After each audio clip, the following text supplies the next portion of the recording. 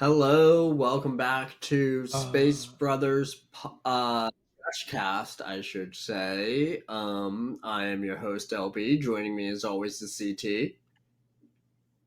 that's me.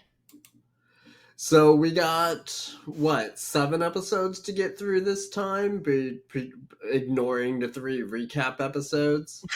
we have the weirdest assortment of them. That is true. We're starting at 45, and then Yes, we do 50, because we didn't 46 get through to 51, 45 last time and then we end because on we spent 55. so much time talking about Hibito on the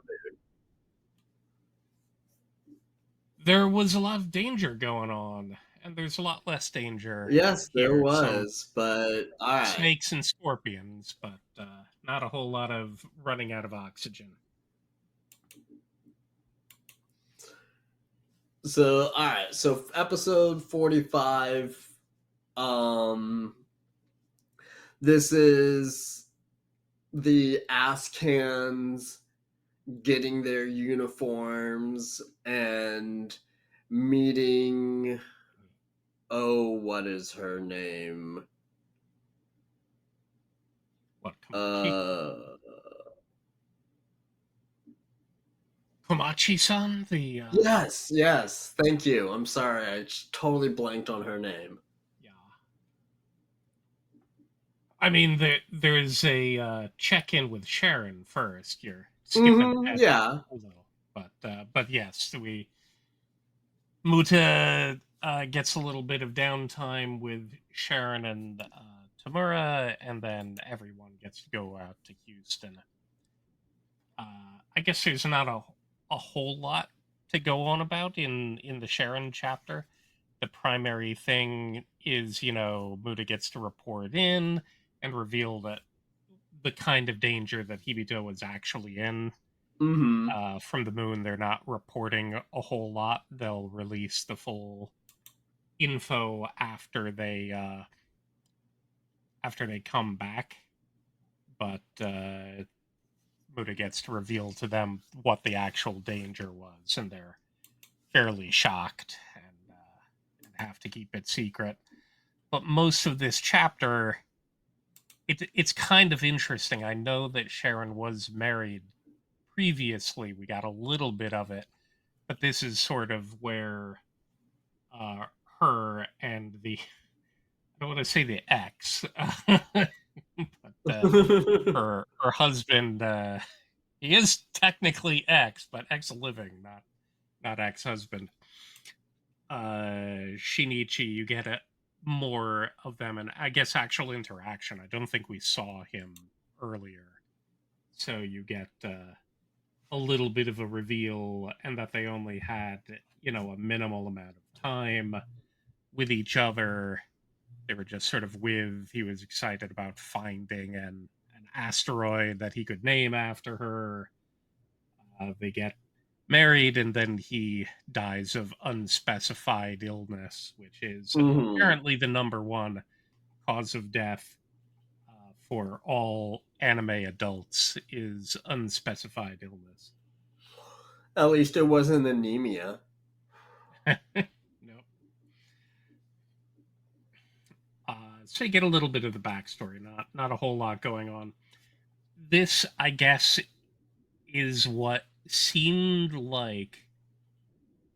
I guess the question is, how much of a background lesbian couple has Sharon and Tamura felt like to you before this point?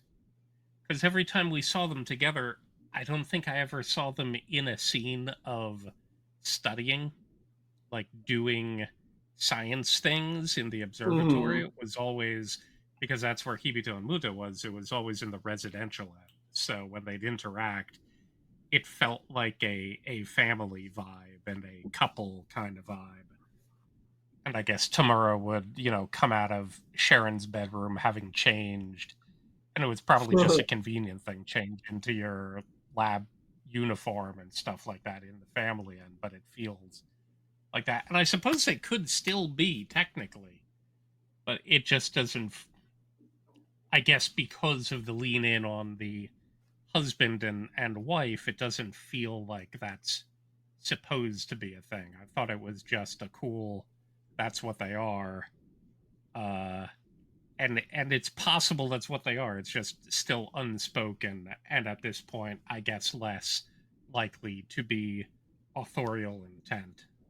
Yeah, I doubt that they're gonna come out and make that into a story arc at any point in the future. Probably not. I think we've passed that by. But I felt like I was hoping that it was up till now, and then I think it just defrayed a bit of it, which was sad. Hmm.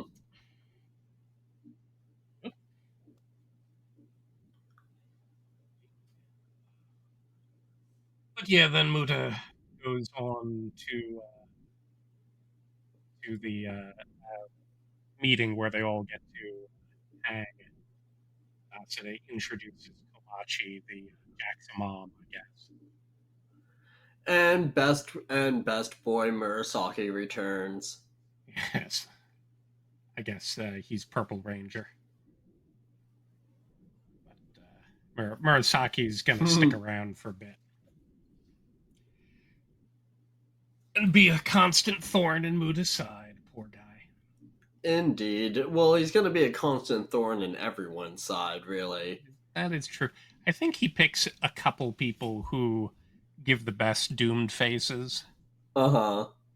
to really pick on. Muta, of course, is who we're following. So maybe for all we know, Ninja there is going to, spread his tomfoolery all across JAXA and NASA, and we just see it when it occasionally intersects with Muta's. Hmm. We need a spin-off manga just about Murasaki pranks. I would watch that. Mm. But yeah, Just a slice of life series about Murasaki playing pranks on people around NASA. this but this is a nice little episode. It's why I wanted to add it at the end of the serious peril kind of episode, because it's just a nice breather. It's a bit of checking in with the family, as it were, and it's otherwise just a show off of the others, because they get to Mm-hmm. wear their nice, brilliant uniforms. The sky blue that Kenji dreamed about in episode 35. The proper uniform of an astronaut.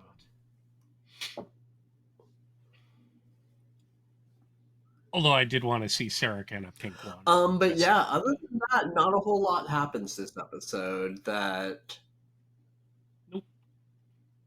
I can really think of. I mean, like you said, it was mostly a check-in with everybody. Everybody has their um every it's just kind of the conclusion to the previous arc. So yeah, not a whole lot happens this episode that I can recall. Nope. Nope. There's setup where we're getting the you know accumulating the ass cans together and getting them over to NASA, to Houston, to undergo 2 years of training, as is what gets revealed in the very next episode, 46. Mm-hmm. Where it's revealed that basically they're going out there for 2 years straight of training, and we get there by way of Muta showing up at the airport in his blue jumpsuit, waiting for everyone to come along. And then we sort of pan out. Serica arrives at the airport not in a blue suit. I wonder what's going on there. But mostly it flashes back to her at home bidding farewell to people. Uh, it's short and sweet, and of course, very food focused. Their table spread is always packed.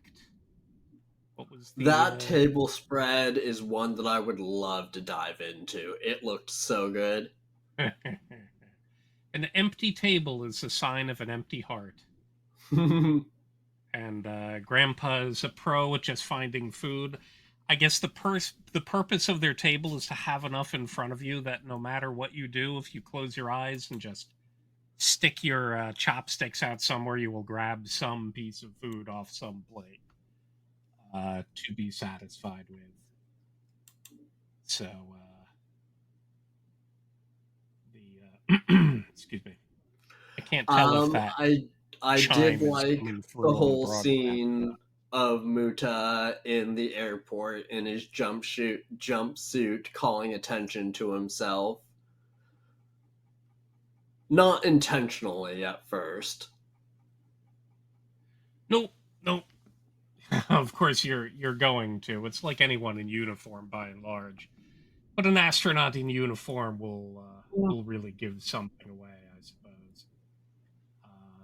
Yes, you get scenes of that interspersed with views of the family.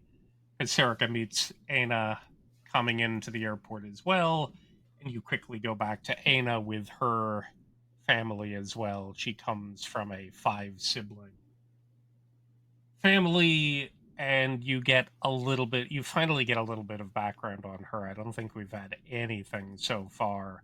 We've only had, she was in the B No, arc not really. with Not that I can recall. She's just been kind of a body in the series up until this point.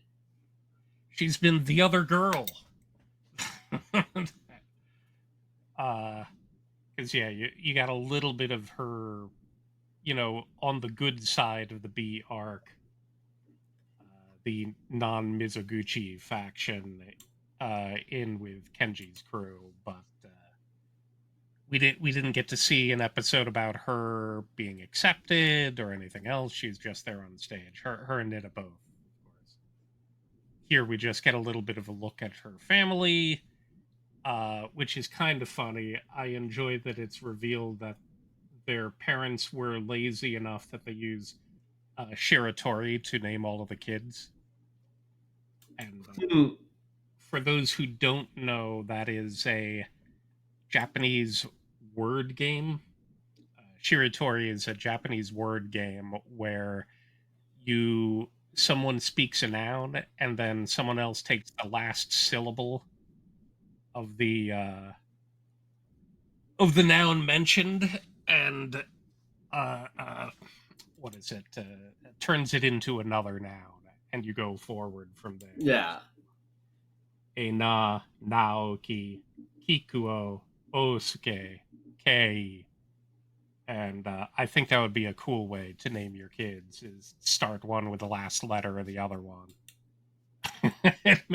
Make it so that you can just put them all in order, like a word game. Uh, Mm-hmm.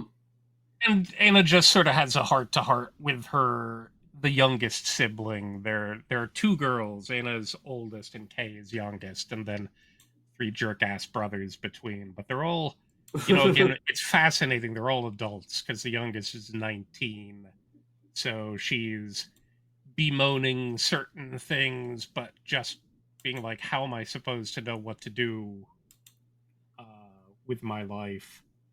And I enjoy Ana's answer to that, which is Which is relatable content, you know, really.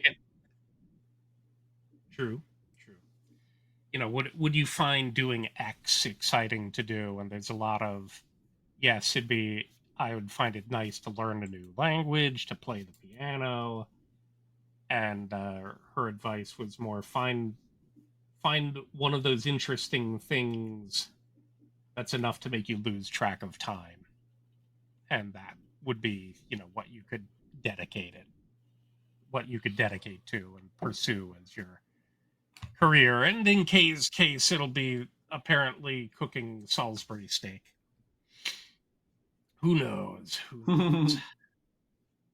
I don't get the feel. Of course, you don't get much revealed about Anna to know what her inspiration towards space is. So we're not really sure about that.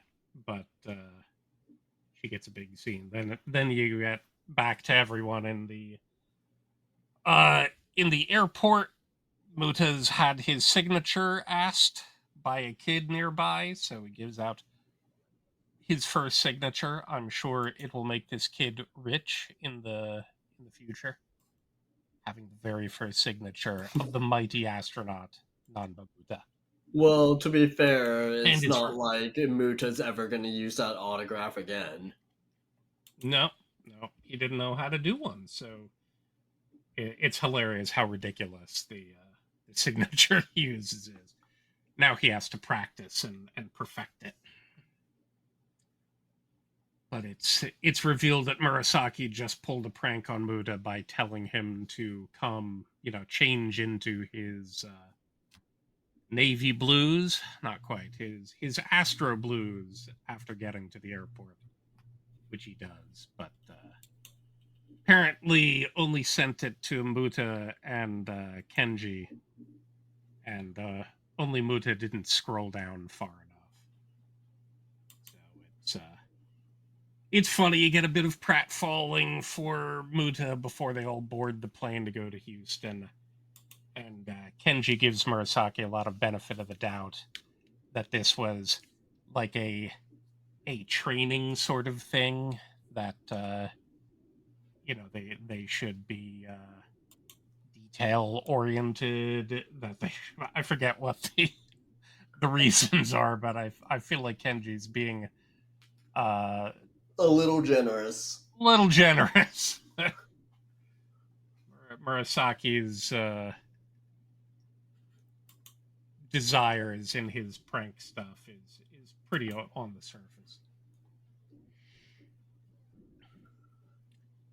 So A point of the other big thing that happens in this episode is the introduction of Vincent Bold.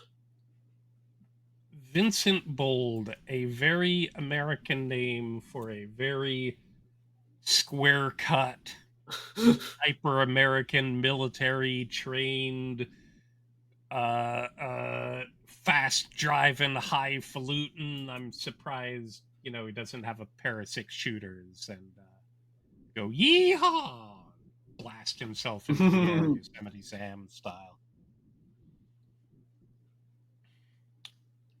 He's actually very, so the level headed. So the first time you met Vincent Bold over these first couple of episodes, we'll talk about the episodes in more detail in a moment, but over these next couple of episodes where we meet Vincent Bold, what was your first impression of him? Well, very much an annoying dickhole. No respect for non-military trained people. Uh, Gets off on driving fast and scaring people and calling them wusses. Finishes everyone's sentences. He's amusing to be sure, but he seems like a very okay. How do we throw, uh, you know, these ass cans out of the frying pan and into the fire? Well, let's give them a a very American kind of villain, as it were. So that's definitely what he comes across as. Mm-hmm. The Larry, whatever his name, the other guy is, Larry he's Bison. Bison. That's right. Yes, Bison. Another very American name. Mm, very much. At least they didn't rename him Vega in the American version. So, excuse me. But yeah, we've met a bunch of people, and we like, most of the Americans we've seen so far. But now we get a bunch of jocks, as it were, and especially leaning into what they're about to do in a survivalist experience. It feels very much like the kind of thing that you know rubbed against us nerd types at school, a very jock approach to things. So I definitely had someone to root against.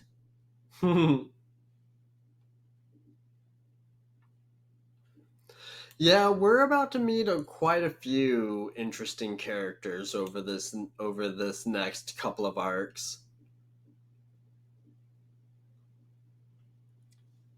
What did you think about Butler? We get a few scenes. He's the NASA chief. I'm curious to know who told him those lamb chop sideburns were a good idea.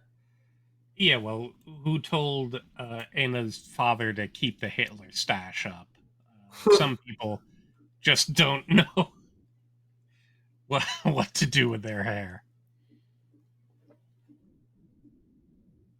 Yeah, that's true. That's fair.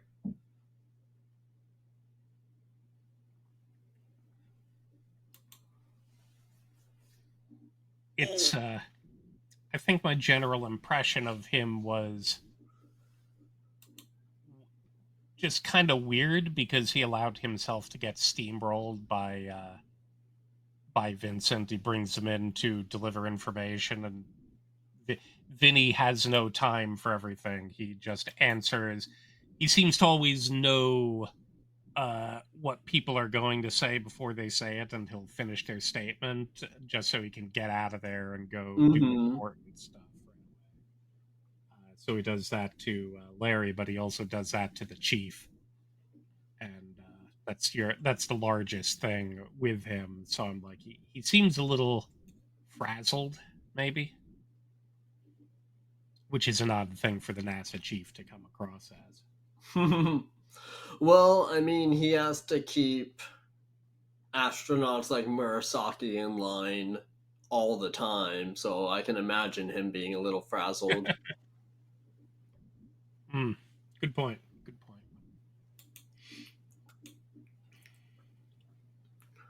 So What else happens in this episode? Oh, right. Let me see. Muta and Kenji get to odd couple together. They settle. Yeah, which is an interesting combination. Sure, sure. Muta definitely has it on easy mode. Everyone else has to find a place to live, but he just gets to hang at Ibito's house. So Hmm. he's already been there multiple times, and it's the easiest thing to take care of Oppo as well. So we see the Aussies. Yeah, I guess says to Smith, but she still doesn't have a first name. So, and I love, again, this is the kind of high drama that Space Brothers gets. Muta and Kenji are just kind of watching TV, and then Kenji starts to say, "Murasaki asked me an odd question. Every time they hold this 2 year training," and then he thinks better of himself and says, "No, never mind." And Muta is just like, "What? What did he mean to say?" Fade to ED, and we're like, "Oh my god, such drama!" He was about to reveal a what? But that leads into the next episode, which is a bit more settling in. I guess Muta's learning the lay of the land again, and going shopping with Oppo. Ties Oppo up on a post outside of a store.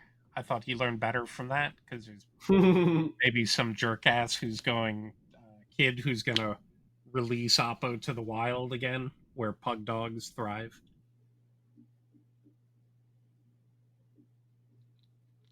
But all he's really doing is picking up some toxic sports drinks and thinking about what Kenji said, and that he's like, "Aha! I don't have to ask him. I'll go straight to the source and talk with Murasaki."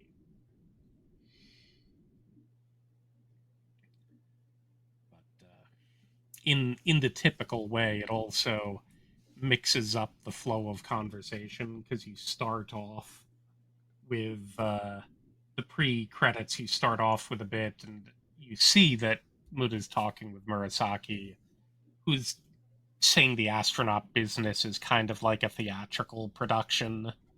We got Hmm. these people who are the director and these people who are support. So what does that make us? And Muta is like, I took a drink of my coffee and it was very sweet. And then they go to the opening, and again, you're like, why? What did they just do here?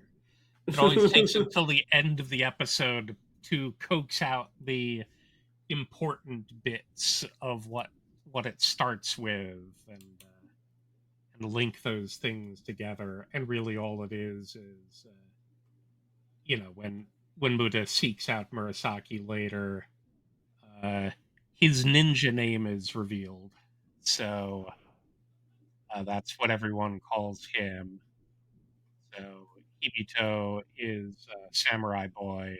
Murasaki is Ninja. I guess Azuma wouldn't mind having a nickname, but I feel like they've used up too many Japanese stereotypes. They're just getting they can't they can't be slightly racist anymore. They don't know enough to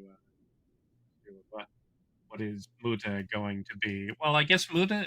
Let's see if we were to give them nicknames. I feel like Muta would be some kind of kabuki thing because he's weird and has poofy hair. Uh, maybe Kenji could be like a daimyo because he's straight laced Hmm. and regal. Probably not worth making up What do you think nicknames they may Muta well would never be? have. I said Muta would have a kabuki reference because he's weird and has poofy hair. So him I could come up. I don't know anything much about Anna to give her a particular. Sarah is just sort of pretty girl. So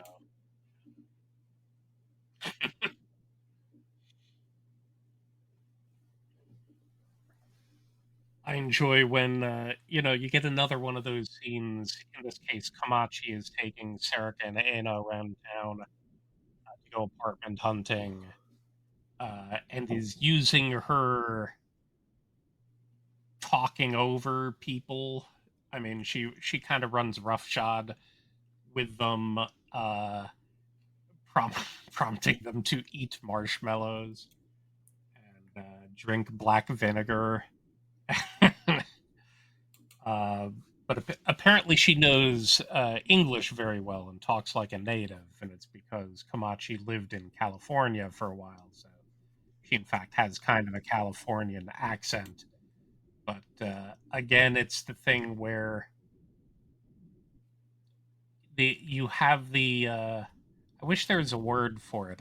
Mukokuseki is such a cool word in general, meaning statelessness, and that kind of represents the fact that um, you're seeing characters of different designs, and you understand that even while Usagi has long blonde hair and blue eyes, she has a Japanese name, goes to a Japanese high school, she's a Japanese student.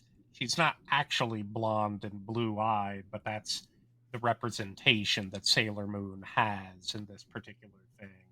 Hmm. The Simpsons are a form of Mukokuseki because brown skinned characters actually reflect that, but the default, quote unquote, your Caucasian is yellow skinned in the way that Homer, Marge, and the Simpson family are. And in this case, it's the same thing with how they speak the language. It's obvious that uh, Komachi and the real estate agent are basically talking English.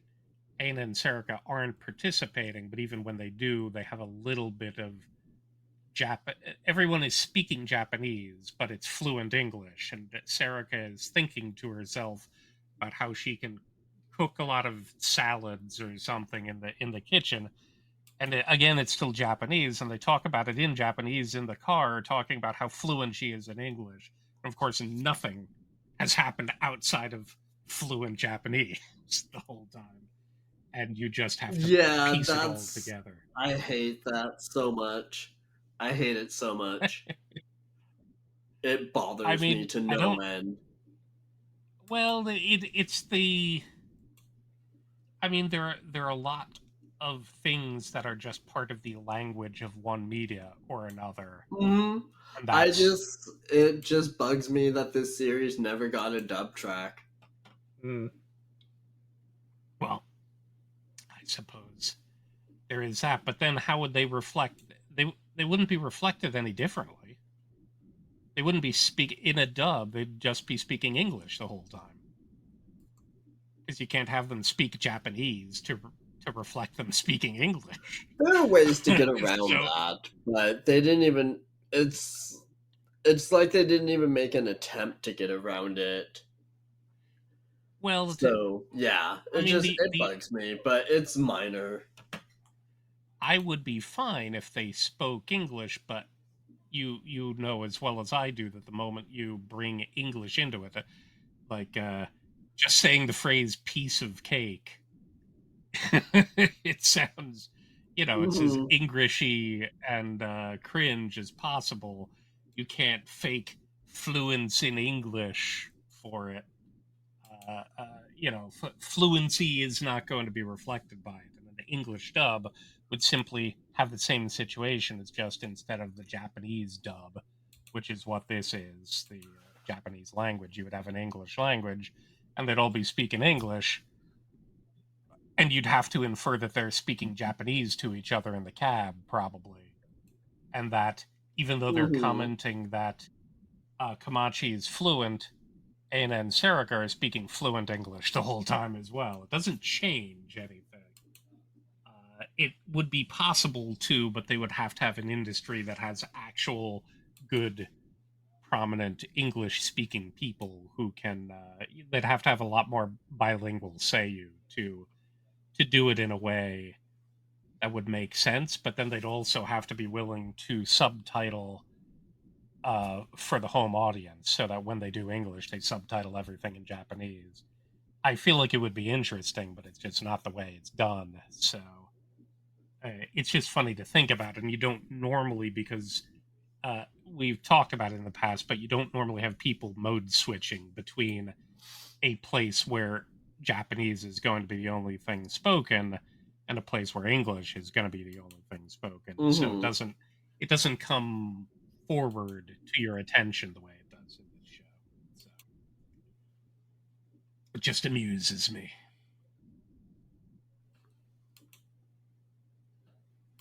Uh, Nita's off on his own, looking for his own place, renting a 3-bedroom home.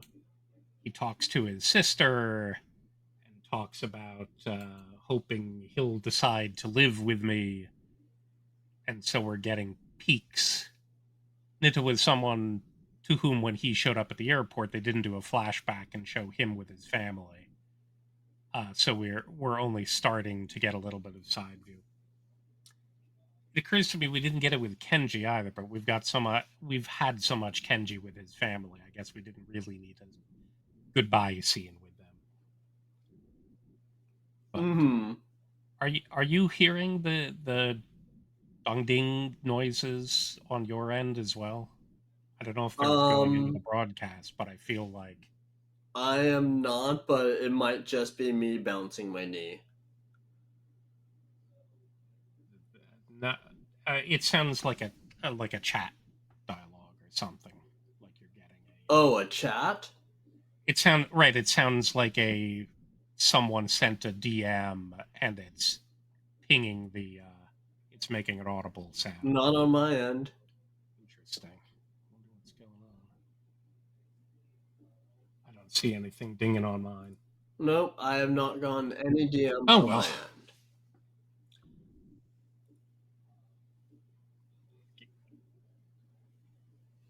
Yeah, it is hitting the broadcast. I'll have to figure out what's going on. Okay, I'm not sure what it is. If you want, we can work around it, or we can disconnect and try again later. I'd ra- I'd rather it not interrupt. I do wish I knew what was causing it. That's all. But you know, it's not Yeah, often I just enough don't to know. be I don't know. I'm a not huge deal. on my end. So, yep, I'll close a few extra windows in case something stupid is is causing it on my end. But whatever, whatever. Let us continue. All right.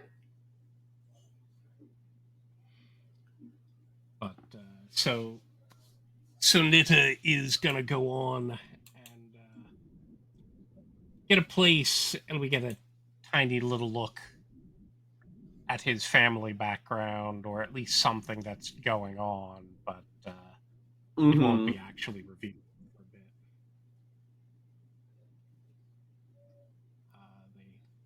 They make it to,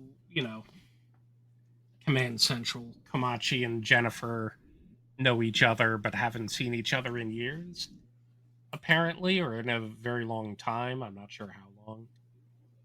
It feels like Komachi would attend any. I think it's just been a long Uh, time, but I don't know if it's would, been years.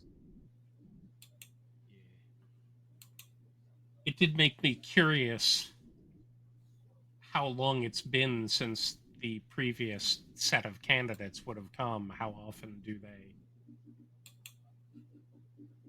they run those trials and get people to go over? I guess the last one might have been, when Hibito and Murasaki went over. So 5 years or something like that.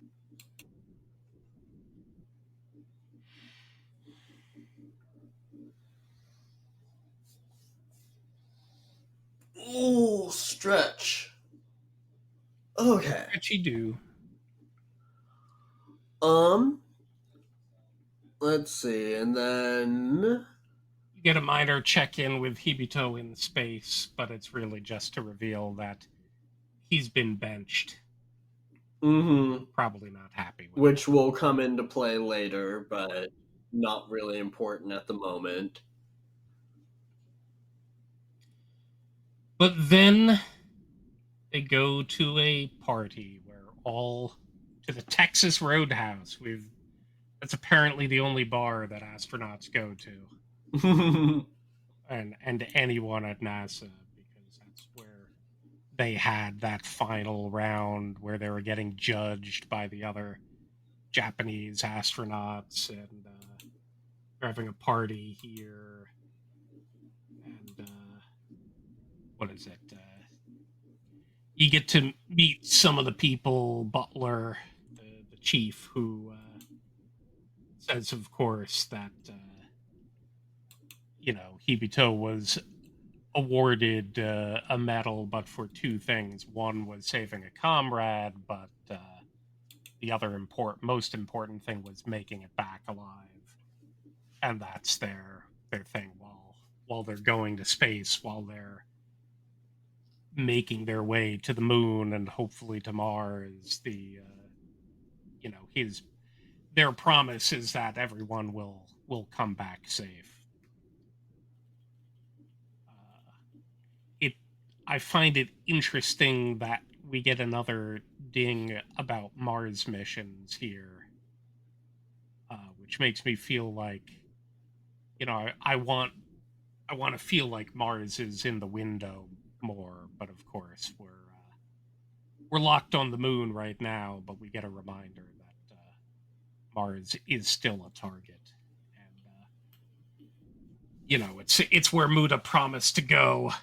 If Hibito went to the moon, then he'd have to go to Mars. So I'm demanding that the author Mm-hmm. keep writing until Muda makes it to Mars. That's really his job. So no, no stopping until the red planet. But they hang out and chat. Not Vincent. He sulks in the corner watching everyone. But then we meet a new character who will be accompanying them in the next bit. And my least favorite part of the show. and obviously you know of whom I'm talking about. Oh, we're talking about Amonte? Of course, we're talking about Amonte. Yeah, I What figured. what what did you think with this whole? First of all, what happens, and then what was your impression, and what was your opinion about it? Amonte comes across as a little weird. I didn't mind the fortune telling bit. I thought that it was equally, insensitive towards her culture as anybody else's. So I wasn't too worried about that. Amonte, my initial I didn't really have an initial impression of her. It takes a while for me to form an opinion about her, and we will definitely be talking about it a little bit later on. By a little I bit mean, later on, I mean within the next couple of podcasts. she gets introduced, and Muda is like, ah, she's very pretty. And of course, has there been a female character introduced that Muda hasn't kind of swooned over? I guess Kamachi. Yeah, It's been yeah. the only one that Muda that's been officially introduced around Muda that he hasn't gone to the his happy place of thinking, "Wow, she's so pretty." But and she is. Uh, but my problem, of course, is not that it's culturally insensitive for an Indian woman to be introduced as a fortune teller. Obviously, there is a bit of that. Mm-hmm. Uh, I would be amused if it was revealed as kind of a party trick. My issue is that for something as hard sci fi as this and a character as locked in on, science and engineering and everything, that they all treat it very seriously. Mm-hmm. And Amonte herself is treating it seriously. I'm like, without even question. And I assume this has to be a cultural thing because my impression of a pack of astronauts, uh, the possibility of the UFO is more or less treated very non-seriously, including by Hibito, who, yes, he mentioned that, but it's a story of him in his childhood and what kind of caused him to look to space to begin with, and Buddy is teased about treating it seriously. And of course, UFOs are a thing. Not that I mean they're proved aliens. I just mean that they're unidentified. But this comes in, and the entire pack of the Japanese Afghans treated. Wow, it's so impressive. She's obviously very good at this. And Buddha is concerned because she looks at him and sees a has a foreboding feeling about him in the future. And that's in fact how the goddamn episode ends. Dun dun dun. She sees something. Why are we doing this? So that is not with That was Amonte. the only part that really bugged me is that she just gets this foreboding, unsteady feeling, and then that's it. There's no follow up to it whatsoever. I mean, there's follow-ups. They keep talking about it. I mean, it ends the episode, but every time they do stuff, they're talking with her. Like when they're on the trail, it's like, "Hey, Amonte, can you use your powers to find the food? Can you?" uh, was it a scorpion that you saw? But obviously, I'm scrolling forward a little bit. Mood is very concerned about this foreboding feeling, but they end the episode with it, so the episode treats it seriously. The astronauts all Mm-hmm. treat it seriously. Amonte is personally concerned with it, so obviously she feels like it's meaningful to her. Um, and I'm like, why did we stop in the middle of this very science engineering grounded no high flying magic and fisticuffs thing to just introduce a whole bunch of uh, precognition and fortune telling and just treat it seriously. Bugs the crap out of me. So I'll try not to let it, but that's my biggest downside of the show is that this element is treated seriously, and not to the extent that how people will treat a horoscope seriously. Obviously, we know about the way people treat horoscopes, or with the Japanese, the blood typing and other stuff, where they mention that and feel like it's quote unquote meaningful in some way, but it's always very vague.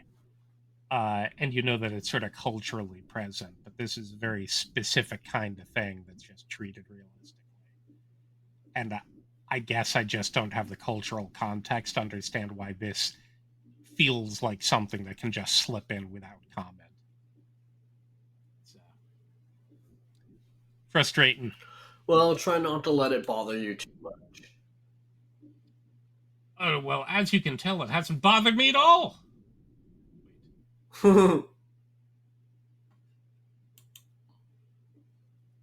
So we move on to the next episode, and I feel like this is the third episode in a row where before the credits, uh, the name of this episode is, what is it? Always Always have a have pedometer in your heart. a pedometer. Lets you count how many pedos you see. I renamed it. Just how many times is Vince gonna rag on Muda before the opening credits?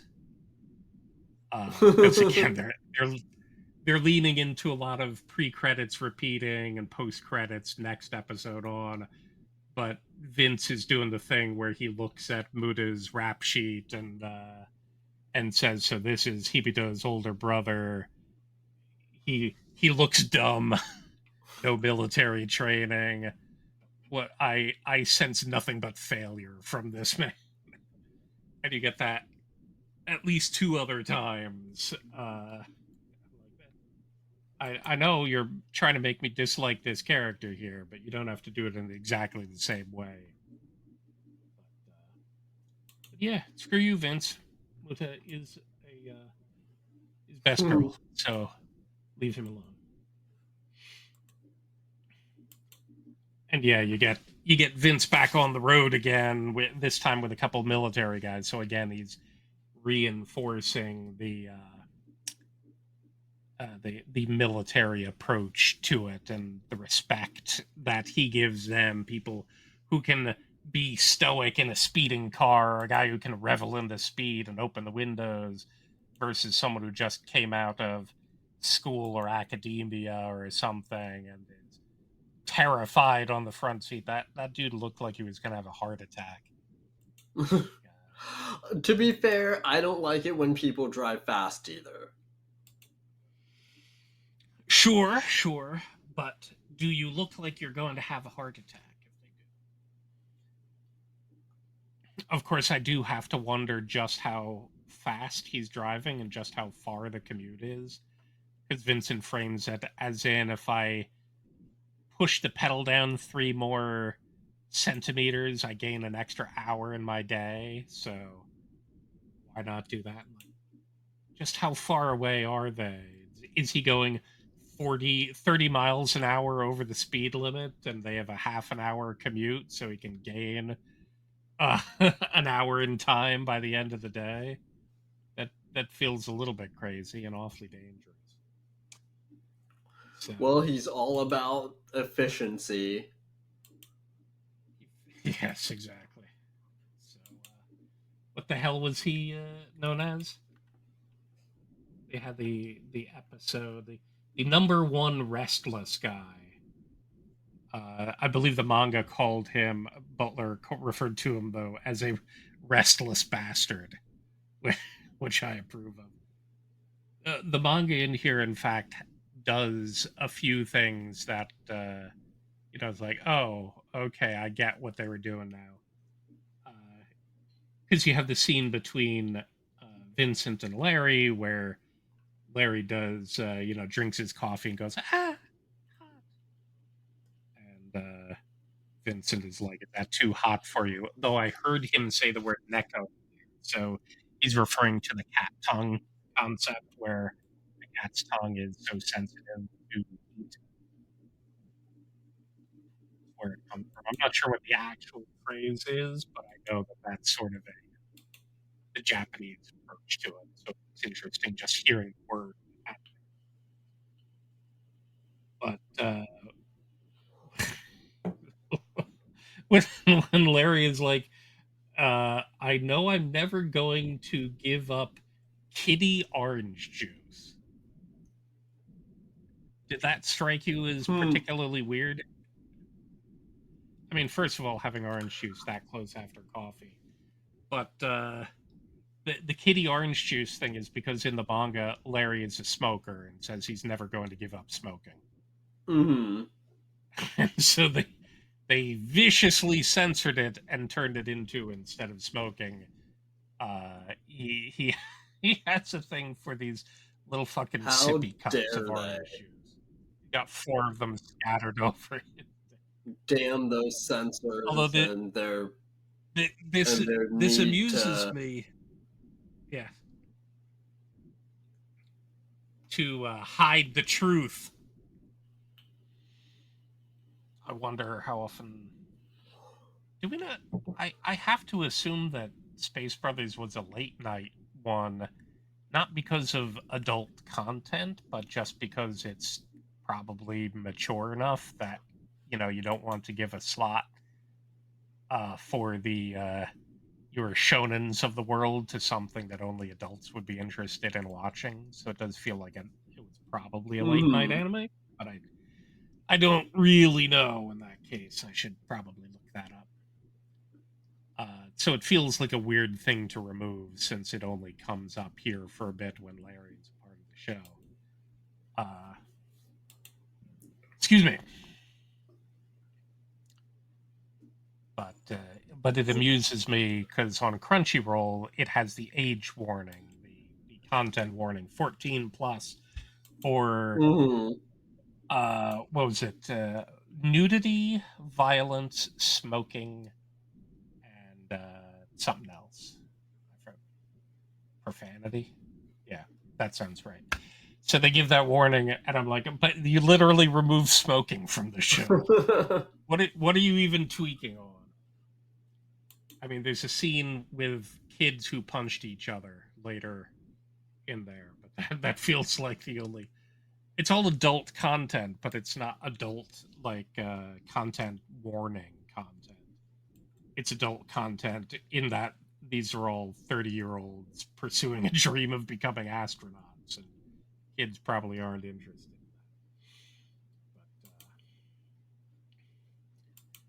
that. So thus starts, however, the survivalist arc.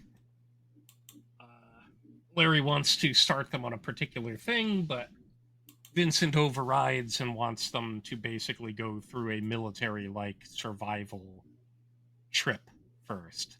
That being the first thing they all do with each other. Uh, which is odd. Definitely, it feels like they should settle in a tiny bit first. Yeah, this is another Vince-ism that it didn't really shock me that he was going to just throw him into survival training.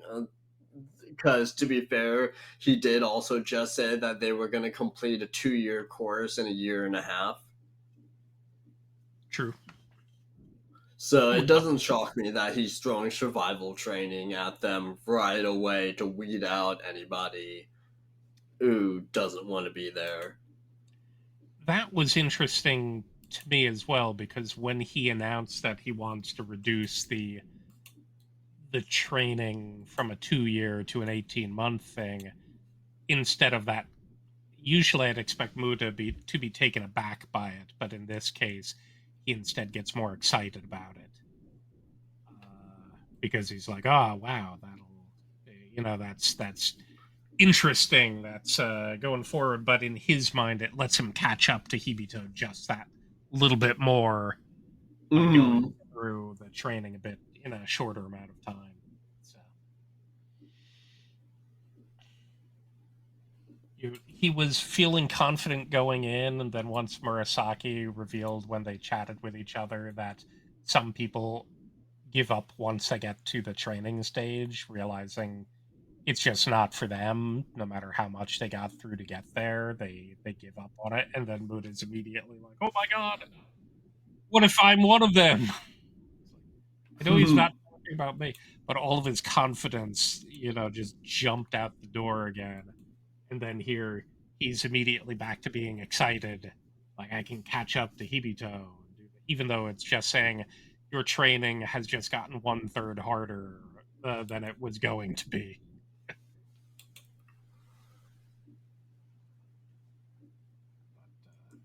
Oh.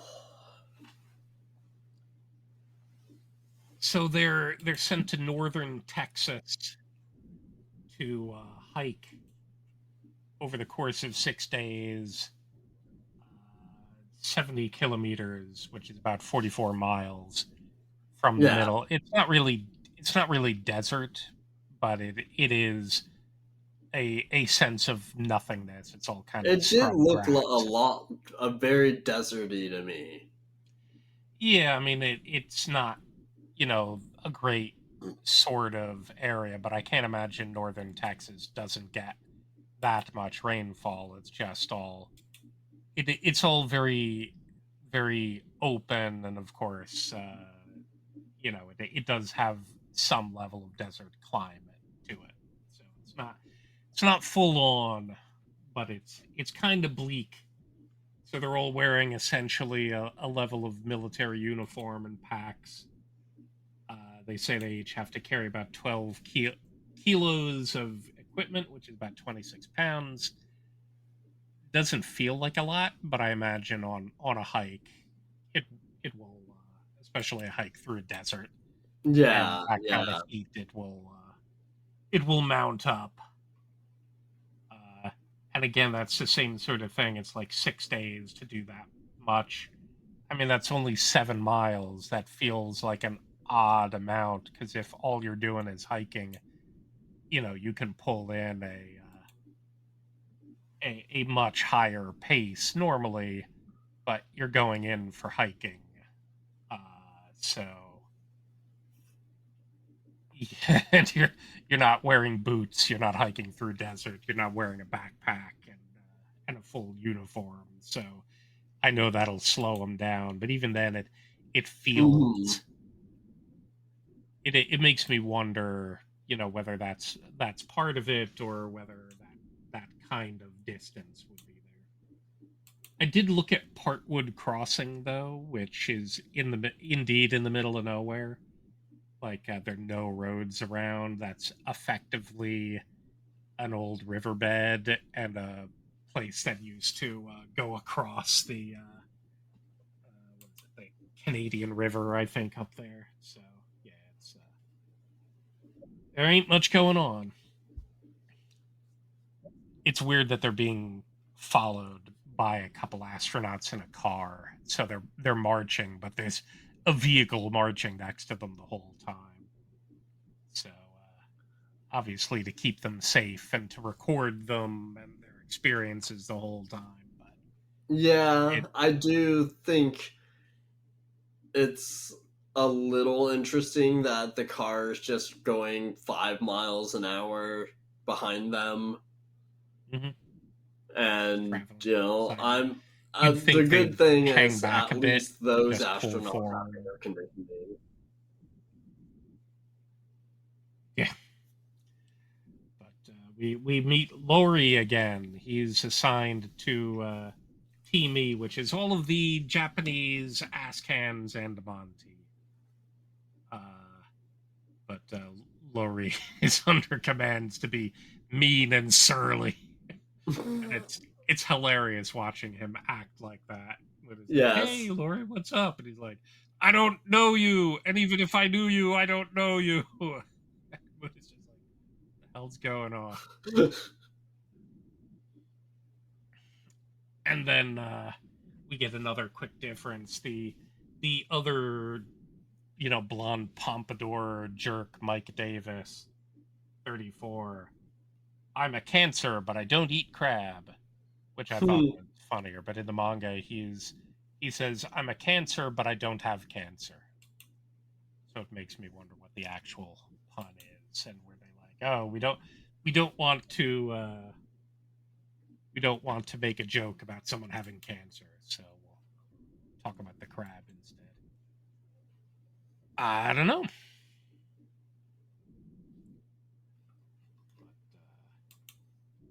But they just get to go marching into the heat for long distances.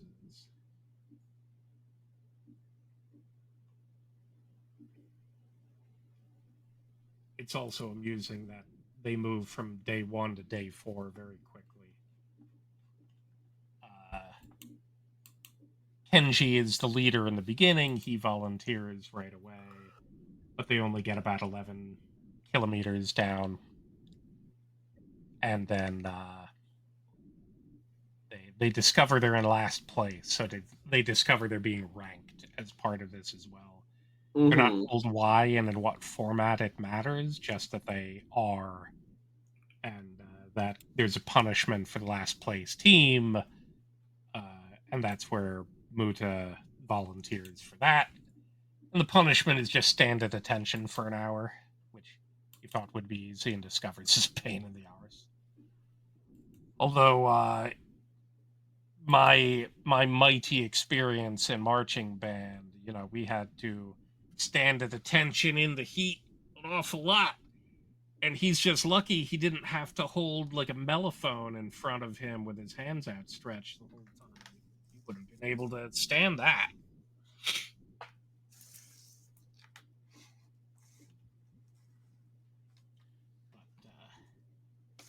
But then they move directly into day 4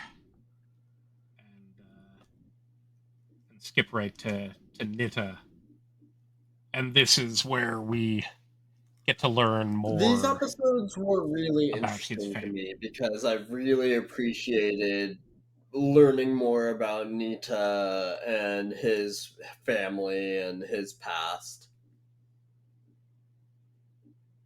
Yeah, it's nice. It's your very slow boil that the show does, but it's always in service of some kind of character moment. So what goes on in this case?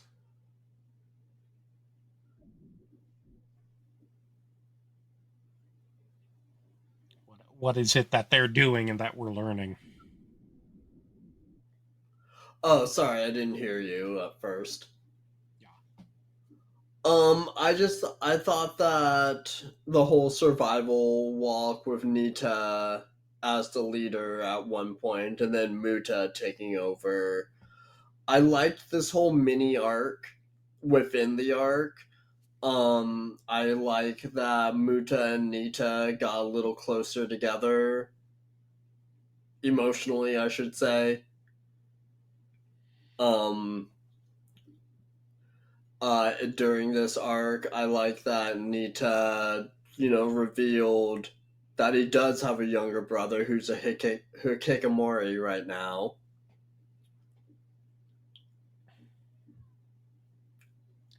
Right. So during during Nita's lead, he's been shown. These are a couple of the goofy things that I'm fine with the show having fun with. Nita's been shown carrying a phone around and occasionally making a call with it, which is odd Mm-hmm. because none of the rest of them have a phone with them or one that would work. Uh, of course, Nita made a cast off comment to Muta that he's chatting with girls, and Muta doesn't question it. He's just like, you lucky bastard. How dare he chat with girls during our rest period? We're resting and he's chatting with girls. He's, of course, talking to his mother at home. And I guess the other thing is that each night they're having to orienteer to find a food cache.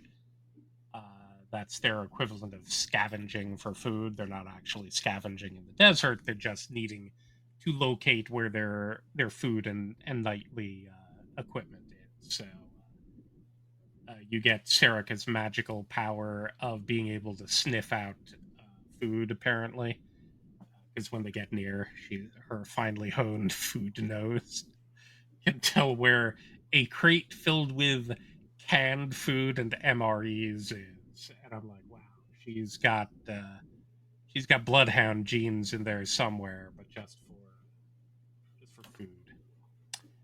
So yes, dumb things, but in service of the amusing part of the silliness that Space I Brothers did think that it, about the yeah, I magical mean, you power bring up of that mind. they were looking for the phone and that they were looking for it, and the thing that bugged me about this part was that did they even have like flashlights on them, or were they just looking Mhm. through the phone, looking for the phone by the moonlight? They weren't looking for it by light when Nita was doing the thing. He found a food cache, Yeah. and this is another amusing thing. The episode starts with Muta yelling at Nita and broadside tackling him, Mm-hmm. and then it goes to the opening. And you're like, what the hell just happened? And when that actually comes into play, basically Nita's been messing with Muta more. He's been kind of yelling at being forceful with the group because he's a leader and he wants to make it to space earlier. Some astronauts take 10 years to get to it, but some like Hibito make it through in 3 to 4. He's already on a mission. Exciting stuff. That's what he wants to be. He wants to be the first one into space, uh, and he's needling Muta with it. Like, do you want to? Uh, what is it? Do you want to be a follower forever? Follow his footsteps the whole time, and that's when you get the replay of Muta charging on Nita, and you think, it's well crafted. You think it's because he just got pissed and went at him, but in fact, he's tackling him to get out of the way because there's a rattlesnake behind the food crate that Nita Uh-huh. wasn't moving around. Uh, and then they sort of make up and move on. They advance a place later, but Nita reveals it again. The dramatic point at the end of it is they real they've been told they've made it up to fourth. They've pushed. They're feeling good, and then Nita ends the episode with "I have to go back." Dun dun dun. Yeah, yeah. We just had a dramatic moment, and then they're improving. They'll keep moving, and this has been Muda's day. In fact, we've got a tension heightener because after the rattlesnake incident, Nita's been given a gun, and the next day, when they've been moving, what is it? Muta is in charge, and he's got a gun, and that's a Mm-hmm. hilarious image. It feels very weird to be like seeing Muta strapping a sidearm, but when they make it almost to their place at the end, that's when Nita announces, apologizes profusely, but or says he has to go back. And you get to find out in the next episode why, and it's because of that phone. He thought it was with him. He must have lost it somewhere. He's expecting an important call, which will be revealed as from his brother, the Hikikomori. He's hoping to be able to get his space-inspired brother out of his shell. And even though he uh, really wants to place better, get to space first, he wants to go back for this. So Buddha, as leader, forces them all to move forward to the cache, set up camp. But as people are setting up camp, he goes back with Nita. And there's an interesting amount.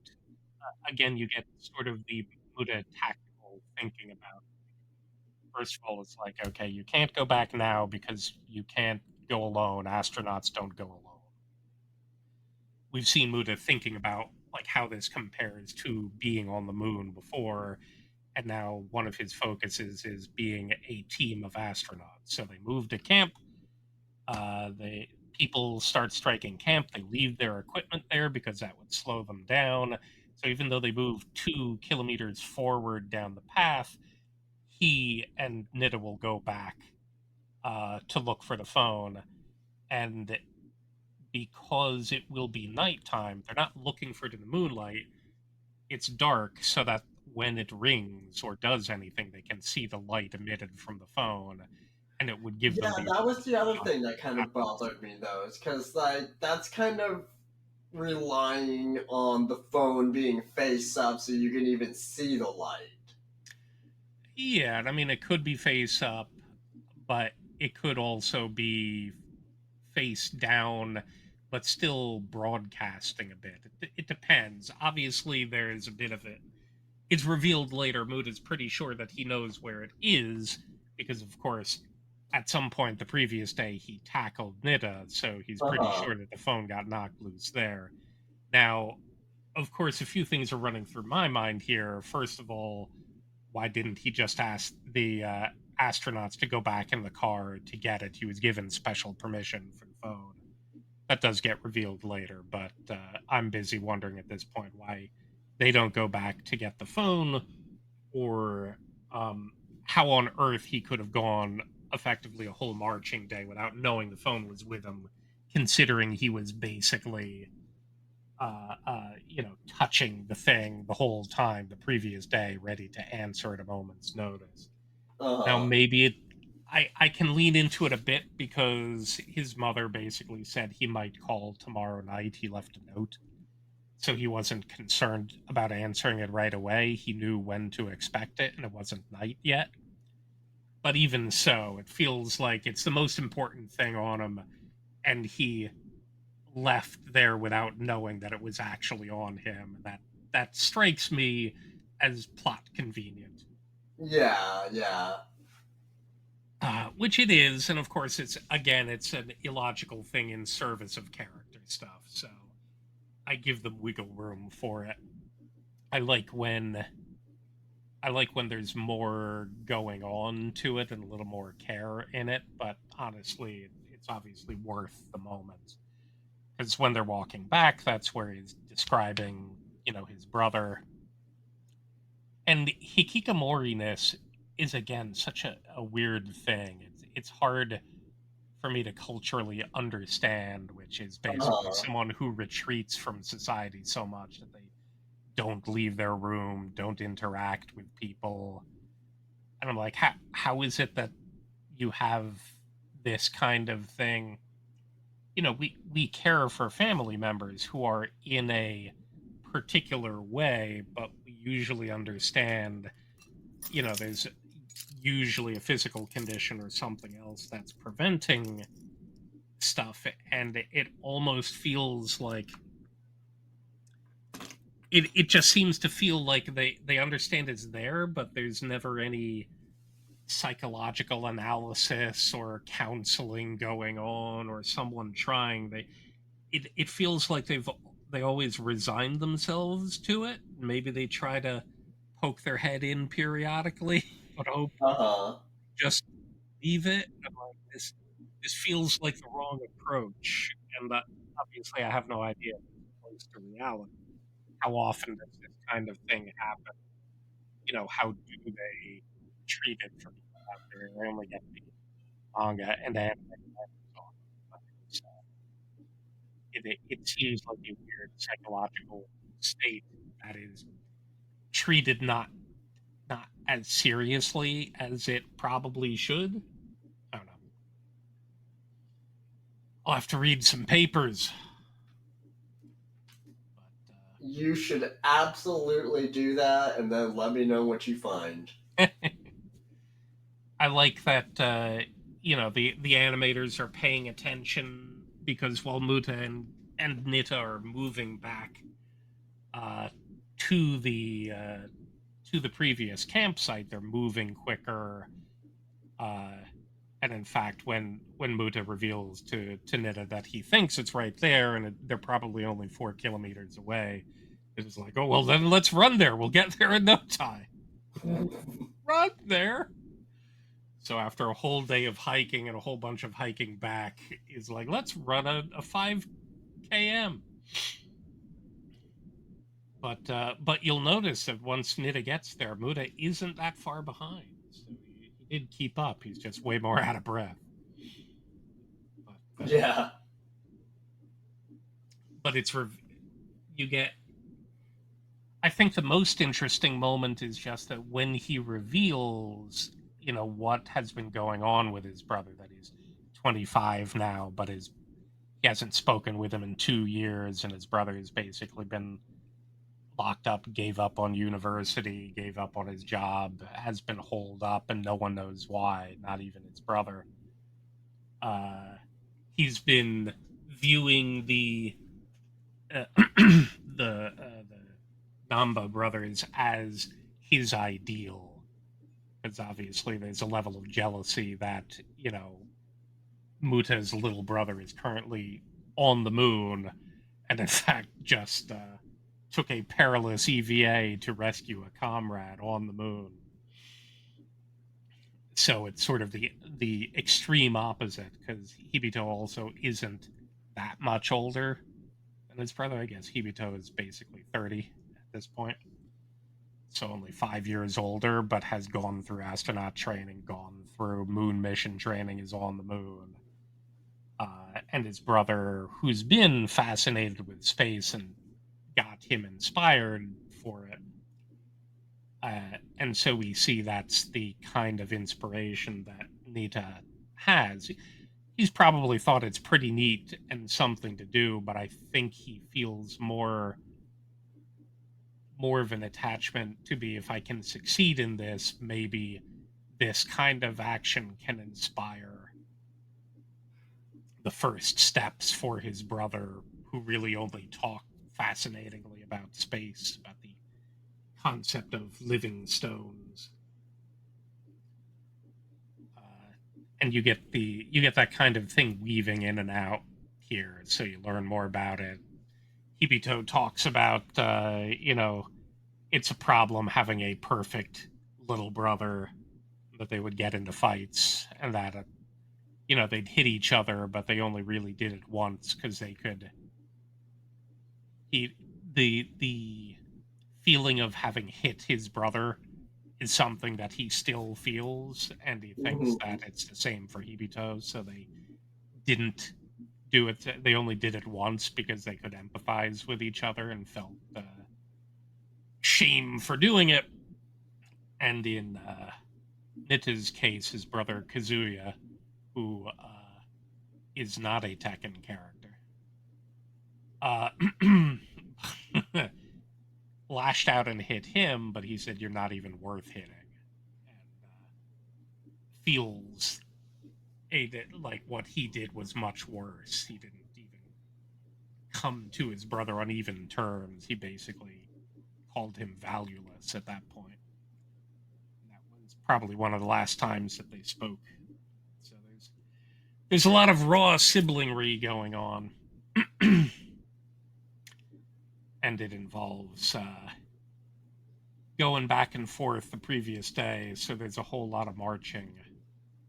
I do wonder how much total they went. But even when they Way get more than anything I would be willing to do. even when they went back, they stay up because there's a meteor shower that they get to see. So everyone's excited about that.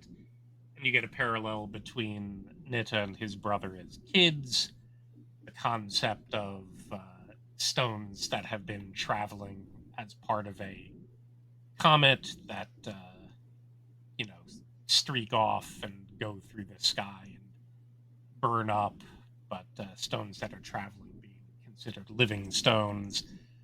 Of course, I guess it's just the concept that they were moving for so long, for millions of miles, rather than being just a rock at the side of the road. It's something that eventually inspires Kazuya to at least open his curtains.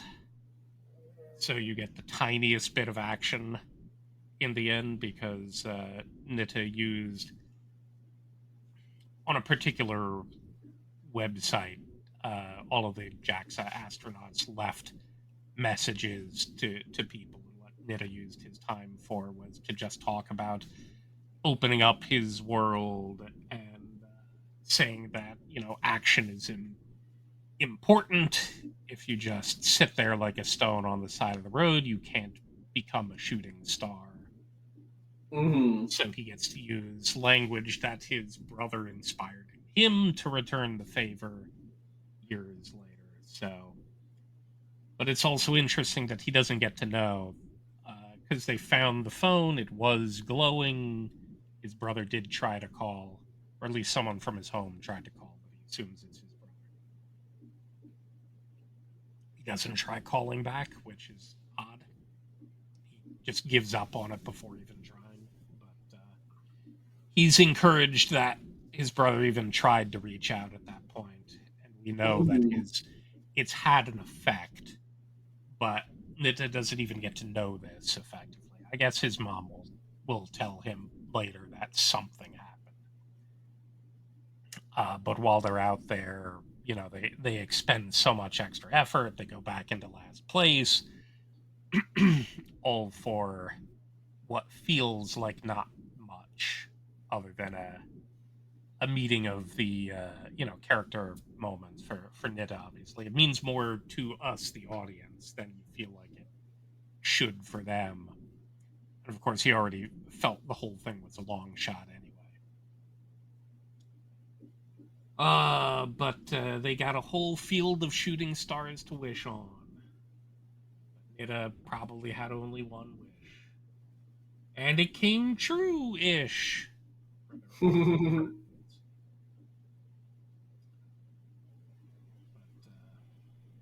But yeah. Then you get, which is interesting. I know you said you didn't watch them. I skipped through just to remember what they are. Uh-huh. 52, 53, and 54 are all recap episodes, but most of the time what you get is a recap episode in the middle of a core, and it talks about um what's happened so far. So it sums up maybe 6 episodes and goes on, or you get a couple recap episodes later because you had a couple core, and it tries to tell you the story. This one really isn't it. They start with little bits of everyone is still sort of having fun in the desert. They're camping. Uh, Muta discovers a toad and starts talking about what he and Hibito did as kids, and you get a recap effectively just of episodes 1 and 2. So you get one episode that's 2 episodes and some comedic scenes in the desert where Serica is also mistaking a cactus with a tumbleweed on it for Muta, which is funny because it's very dark. She turns around to look for him, but she stares at a cactus, which because she's very hungry, she imagines is a churro with cotton candy on it. Then episode 53, you get a side scene of Hibito and Buddy doing um, exercises on the moon base, and then he just kind of thinks about, and they recount the EVA, so episodes 39 through 44, effectively. They give you a quick recap of that, which wasn't too long ago. So they skip everything in between to go from episodes 1 and 2 to that. But then episode 54, again, a quick thing with them in the camp in the desert. And then you hop around a bit. Muta thinks about, you know, Serica thinks a cactus looks like a churro. Muta thinks it looks like a rocket. And then you go back to the Rocket Road episode where Muta and Daniil are going there, and he's pondering, will he be happy and smiling, or feel bad when Hibito finally launches, due to his, you know, pride as a failed elder brother. And then it leaps back to Group A, Muda and Sarek and the rest in the third task at JAXA. And then it skips to when Hoshika is welcoming him as a past candidate to go to Houston and their press conference. And then it ends with them, being reintroduced to the survivalist arc that they're currently in the middle of. And like that's three recap episodes, but it didn't try to recap the series in order and go through. It was two very distinct things. Here's beginning, here's the most dramatic part. Here's a bunch of stuff in the middle that you're just kind of hop around between. I'm like, that's weird. I don't think I've run across any recap episodes that worked kind of like that. Maybe Yeah, I skits can't and think then of just any a other random recap assortment. episodes that do it like that. So. But then they get there, they camp for the night, but Muta gets fever because, of course, he pushed really hard and they're in the middle of a freezing desert. So he wakes up with a fever, but imagines he can get nursed on by Dr. Serica and thinks it's lucky. They have to decide whether they are going to continue on or all of them fail out. Mm-hmm. Monty is the leader here, but she already knows what Muda is going to say because, of course, she does. She knows everything. But Muda wants to go on, so they all split his equipment between them and are basically helping him along as need be. Yeah, which, I mean, good on him, because if I was in a desert march and I caught a fever, fuck it, I'm done. I'm out. You got. But he's like, the difference between first place and last place is much more than the difference between failing versus not failing. So Uh-huh. to at least make it, and they manage to stumble in at the very end as the lights are going out, and Lori finally gets to greet Muta with the shirt that he's been wearing this entire time. Pulls it off and yells, "Pride!" Uh, which the subtitle says is dust. Yeah, I don't know if maybe if the kanji for the two words are Well, close, the or kana. he. I looked up this one. The other ones, there were too many things. I didn't want to look them up. Because when he says pride, you see katakana for puraido there, but Uh-huh. that's not what's on his shirt. What's on his shirt is hokori. Uh, and hoko, the first kanji symbol, does mean pride. Uh, but ending with ri apparently is a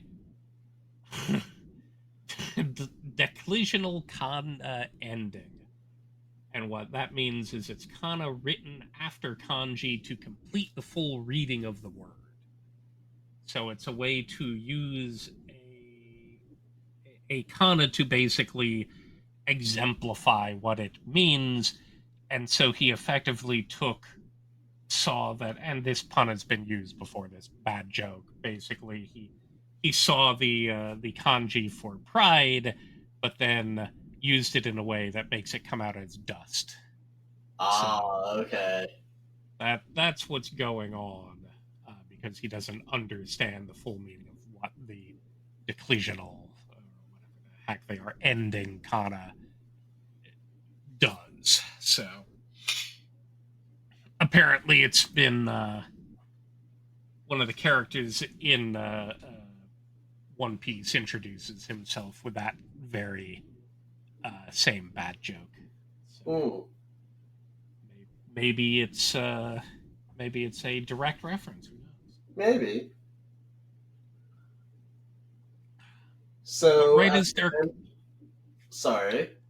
I was just going to say, right as they're coming up to the to Amarillo, they get attacked from above as a canister in a parachute lands nearby them. You're introduced to the next phase in what they're going to do. What is it that they're coming up to?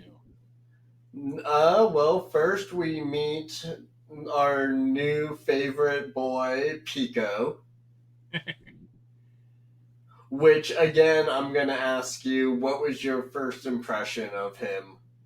Well, obviously he's a uh, annoying jackass. You're introduced to him.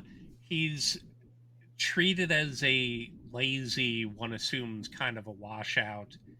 Uh, he's sitting on a couch, kind of upside down. Other guys think he's asleep, but he's just playing a useless little mobile game. Uh huh. No one has any much respect for him. He thinks that anyone who would pick him as an engineer to help him with this CanSat project would be, delusional. When he's introduced to the group, he basically says, "I'm not going to help you at all." Everyone gets to participate for the next 2 weeks in building what's called a CanSat, a canister satellite. You have to launch it into the air. It has to come down in a parachute or some kind of aided descent. It has to unpack a rover, and that rover has to go back and make it to a target flag. Yeah. I, I guess is somewhere near where they launched from, but I suppose it depends. This is an actual thing that they've done. They have not continued it through 2025, but it's something that JAXA did.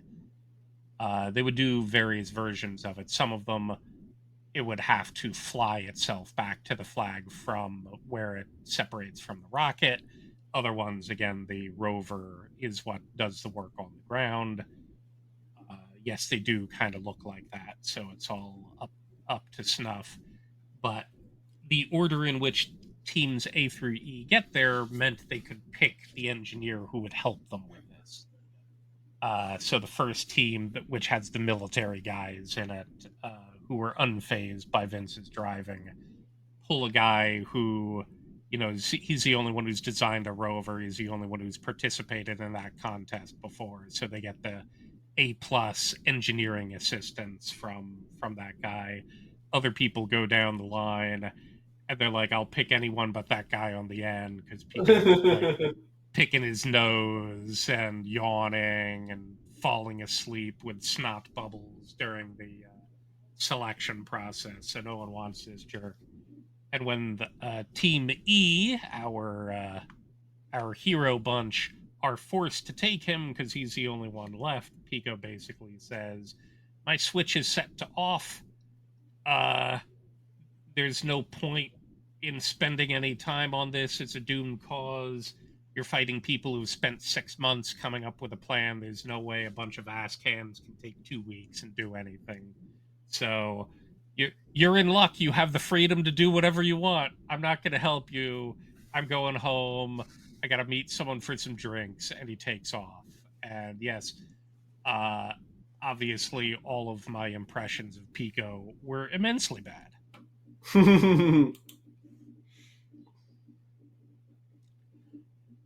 And I feel like even though we've had people, the only one who's come across as bad and stuck the landing, even though he was defrayed a bit by the end, has been Mizuguchi from earlier. He was the dickhole from the JAXA training stuff.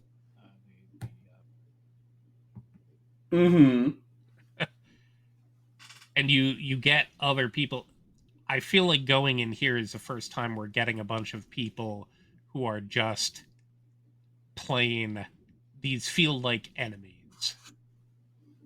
I mean, obviously, people you compete against to get a slot to go to NASA are also in some ways enemies, but for the most part, you don't get the feeling with any from anyone but Mizoguchi for that extent, and these guys just feel like jackasses who have it out for Muta, especially Yeah. for our good guys, and we're definitely left no quarter other than to root against them and say, well, hopefully our guys, maybe what it is our guys get to impress them at some point by doing the right thing.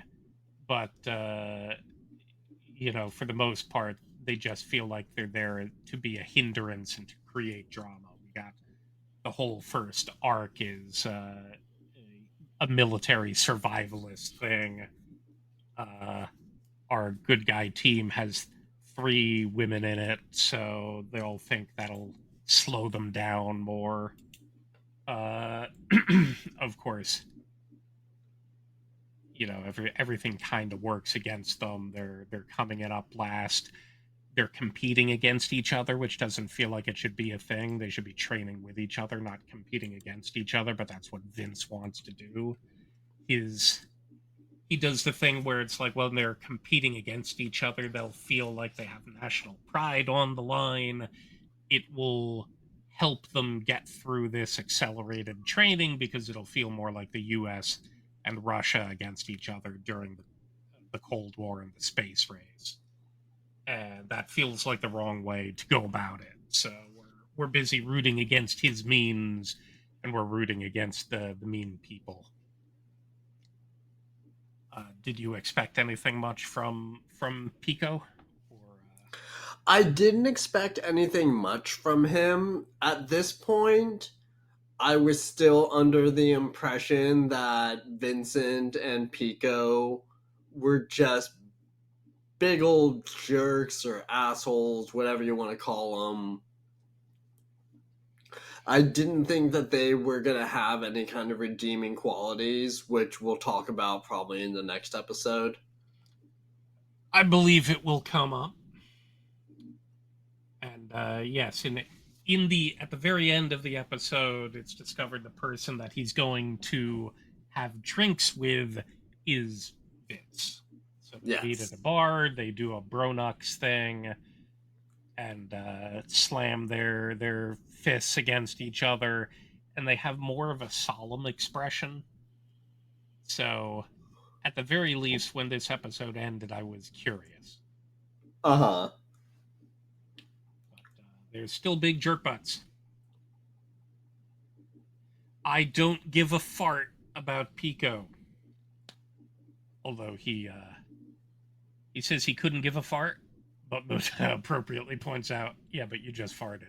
So literally give them a fart. But we'll see what's up with these old farts next time. Yep, I think we should go ahead and wrap it up there. We shall wrap it up there.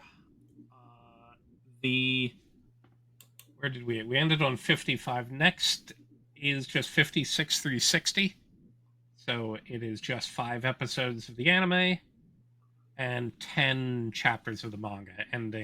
We ended here on 102. The next one will end on 112. So exactly the 2 chapters per episode pace, as per normal. So it'll be an easy Sounds thing. And we are entering the engineering arc. So obviously, this is Muta's time to shine, and he will design an award-winning car that wins awards. I mean, I did at least assume this was in some ways made for Muta to have a moment, because if anything is in his wheelhouse, this feels like an appropriate one. So we will find out next time. indeed. So, all right, let's go ahead. Let's call that good for tonight. Thank you very much for joining me for another fun discussion. We're getting close, I should say, to the end of the anime, and soon we'll be discussing manga only. I mean, technically every episode gets us closer, but yes, where we started was exactly the halfway mark. So Yeah. we're marching along. Marching along. Yeah, I think when we're done with the anime, we'll break for a bit longer while I figure out how to carve up the manga Okay, sounds and groovy. how to do it because I only have manga up to a certain point. Yeah, we'll have So to figure it out. yeah, but But all right, in that case, have a good night, everyone. Thank you very much for joining us, and we will talk to y'all probably in a couple of weeks. good night, folks.